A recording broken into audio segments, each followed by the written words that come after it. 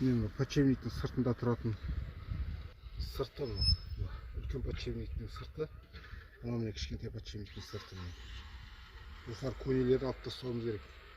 Өзінің қайтадан жаңасын саламыз. Ол үшін осы күйінде қойып қоямыз да, мына подшипник негізі осы күйінде тұрады да. Осы күйінде қойып қоямыз да, мына жерінде үш жерінде не бар? Сағысы бар. Оған мынандай отвертка сияқты болмаса үшкір нәрсені қойып, балғамен ұрып, әрі қарай түсіріп аламыз. Болғаннан кейін мынаны алып тастаймыз. Мынаны айналдырамыз. Енді мынаны шығарып алуымыз керек. Ұясын. Енді осы жағынан ұрамыз. Мінекей жағы мен айтқан міне үш не. Біреу, екеу, үшеу. Енді осы жағынан ұрып, ар жағындағы кішкентай подшипниктің ұясын шығарып аламыз. Мінекей салып болдық ұяны. Ар жағындағы ұясы әне жылтырап көрініп тұр, ақ. Кішкентай ұясы, мынау үлкен подшипниктің ұясы. Бұны салған кезде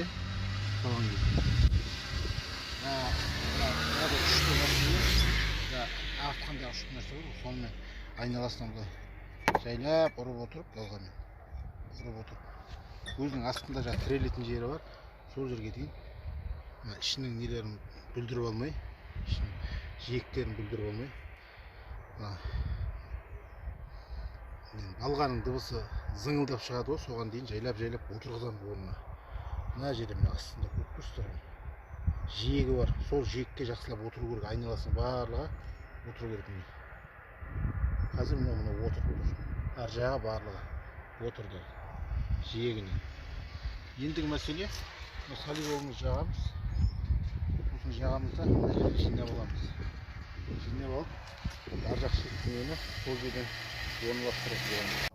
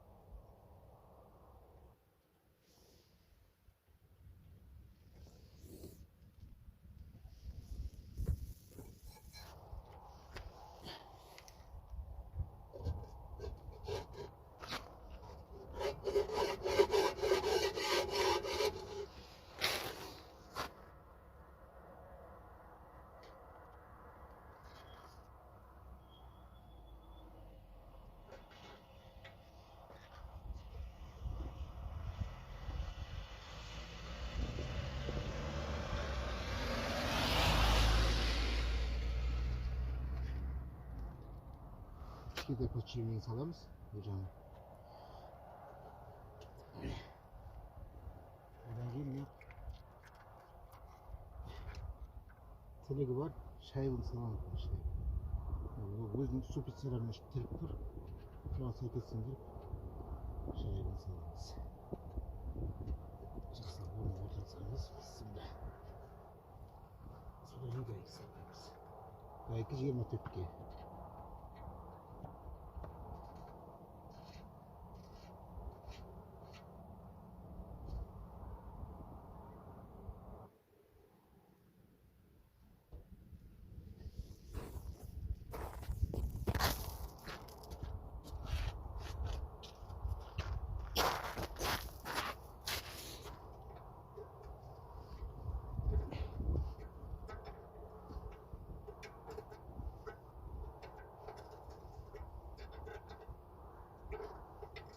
Айта кететін бір нәрсе, мынаның сүртуші подшипниктің гайкасын қатайтқанда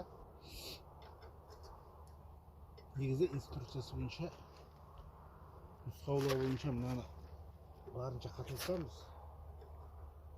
Сосын 45 градусқа кейін қарай айналдырып босатамыз. Қарайсыздар, айналмай алады.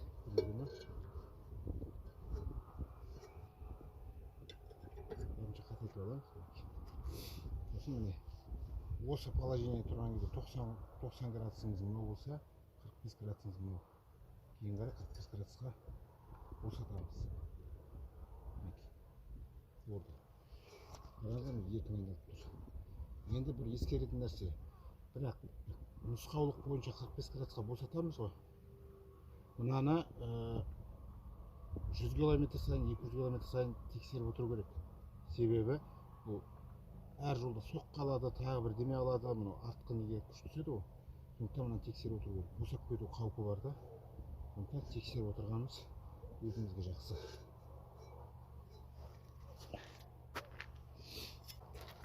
Сыртындағы защитный несін саламыз.